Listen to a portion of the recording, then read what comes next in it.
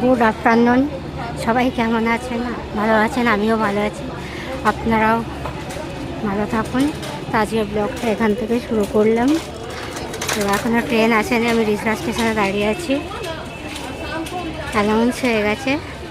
19 নম্বর platform দিয়ে general বগির দিকে এগিয়ে যাচ্ছি, যেহেতু জেনারেল বগির সামনে আছে। তো এখন হাঁটছি। এখনও ট্রেন দেয়নি, 2:25 টাইম, 2:05 হয়ে গেছে, ট্রেন দেয়নি। আমাদের ট্রেন সবে এখন ছেড়েছে হাওড়া থেকে। এখন আমরা চললাম দীঘাতে। হাওড়া থেকে সবে ছেড়েছে ট্রেন।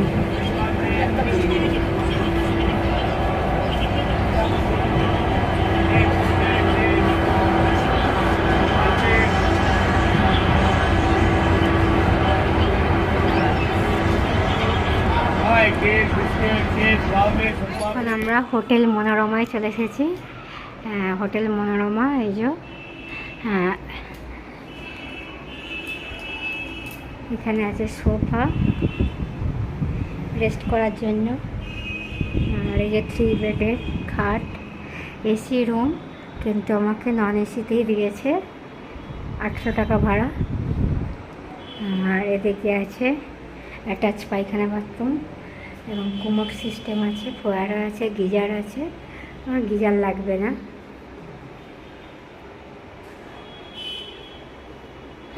আর এখানে আছে ওয়ার্ড্রপ, জামা কাপড় রাখবার। রুমটা খুব সুন্দর। এখানে টিভি আছে। আর এদিকে আছে ড্রেসিং টেবিল। লেখা রয়েছে দেয়ালে দাগ কাটিলেও, সেটা দাগ কাটিলে তার সম্পূর্ণ নাম দিতে হবে বাধ্যতামূলক। দাঁড়িয়ে আছি। আর এই যে বেডরুম, এই ঘরটায় আমি একা থাকবো, এত বড় ঘরে। আর এই যে বারান্দা, এই যে বারান্দা, আর ওই যে মেন রাস্তা, আর ওই যে উল্টো দিকে জাহাজ বাড়ি, বারান্দা, আর ওই যে রাস্তার ওই যে জাহাজ বাড়ি দেখা যাচ্ছে বাইরেটা বেরোলে। কালকে আপনারা হাই বন্ধুরা, শুভ সকাল। আমি আজকের দীঘায় এসে বেরিয়ে পড়েছি আমার ব্লগ বানাতে। আমি এখন মোহনার উদ্দেশ্যে রওনা দিচ্ছি। মোহনা থেকে এসে এখানে একটু বিচের কাছে যাব। তারপরে 11টার সময় মিট আপ আছে মন্দিরাদের সাথে, প্রিয়াঙ্কাদের সাথে, ওখানে মিট আপে যাবো। তো চলুন আপনারা দেখতে থাকুন, আমিও স্টার্ট করছি এখন। এখানে জগন্নাথ মন্দির তৈরি হচ্ছে দীঘাতে, আপনারা দেখতে থাকুন, আমিও দেখাতে থাকি।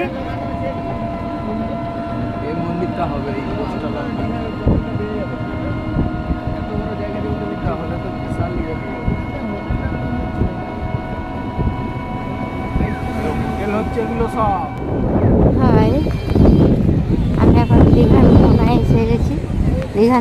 দীঘার মোহনায় পার ধরে আসছি। তো আপনারা দেখতেই পাচ্ছেন আমি সমুদ্রের ধারে আছি। আর প্রচণ্ড হাওয়া দিচ্ছে, ঠান্ডা। ভালো করে বেছে দিয়েছি চাদরটা, তাও ঠান্ডা।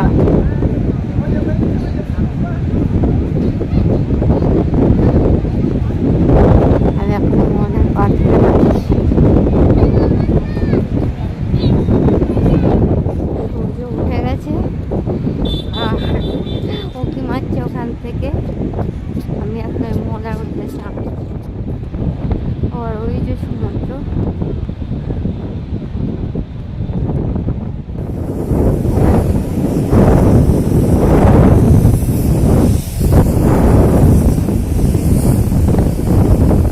আমি এখন দীঘার মোহনার মুখে চলে এসেছি। মোহনাতে একদম পুরো মোহনা, যেখান থেকে নদী সঙ্গম আর সমুদ্রে মিলিত হয়েছে, সেই জায়গায় এসে পৌঁছে গেছি।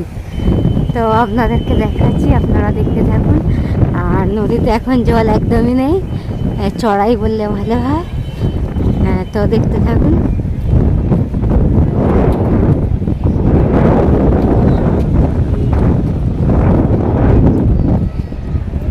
আর এই যে হচ্ছে নদী, এই নদী এসে মিলিত হয়েছে এই সমুদ্রে। নদীতে জল নেই।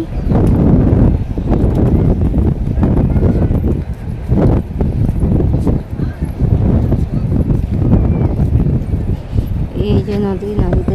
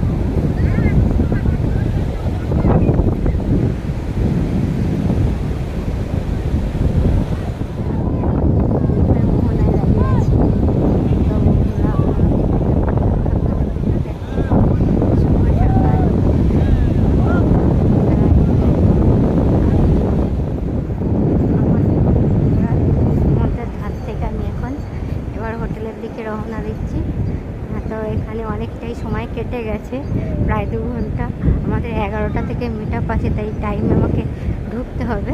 তো এখন আমি যাচ্ছি হোটেলের দিকে। কেন মন্দিরা, রিয়াঙ্কা এরা সব 11টায় মিট আপ রেখেছি, এদের জন্যই অ্যাকচুয়াল আমার আসা। এখন সি বিচ থেকে চলে যাচ্ছি। এবারে আমার জুতো কোথায় রাখা আছে খুঁজি, দেখি জুতোগুলো নিতে হবে। আমি এখানে 2 ঘন্টা ধরে সময় একাই কাটালাম, বেশ খুব ভালো লাগলো। যেতে ইচ্ছা করছিল না, বাট যেতে তো হবেই। তো আমি এখন চললাম সি বিচের এখানে বসে আছি, এখানে মুড়ি খাবো, খেয়ে তারপরে হোটেলে যাবো।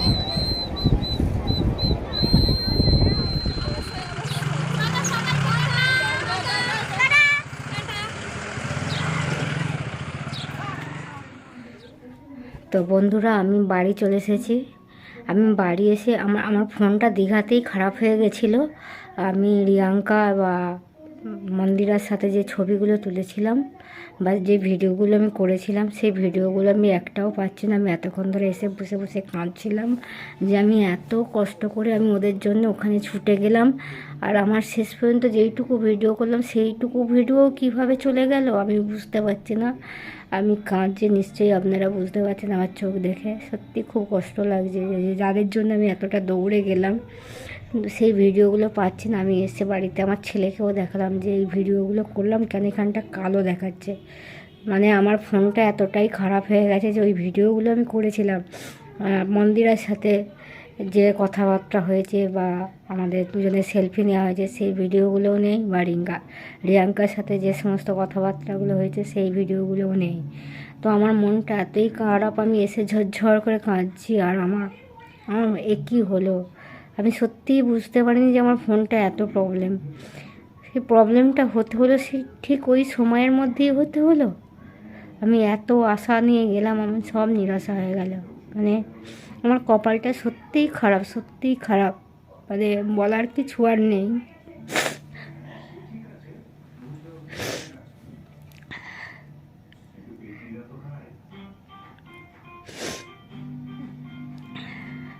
তো বন্ধুরা, আজকের ব্লগটা এখানের মধ্যেই শেষ করছি। আজকের আর ভালো লাগছে না। ভালো লাগলে লাইক করবেন, কমেন্ট করবেন, শেয়ার করবেন, আর আমার চ্যানেলটাকে সাবস্ক্রাইব করে দেবেন। আমার খুব কষ্ট লাগছে, আমি আর পাচ্ছি না, আমার চোখ দিয়ে জল বেরিয়ে যাচ্ছে।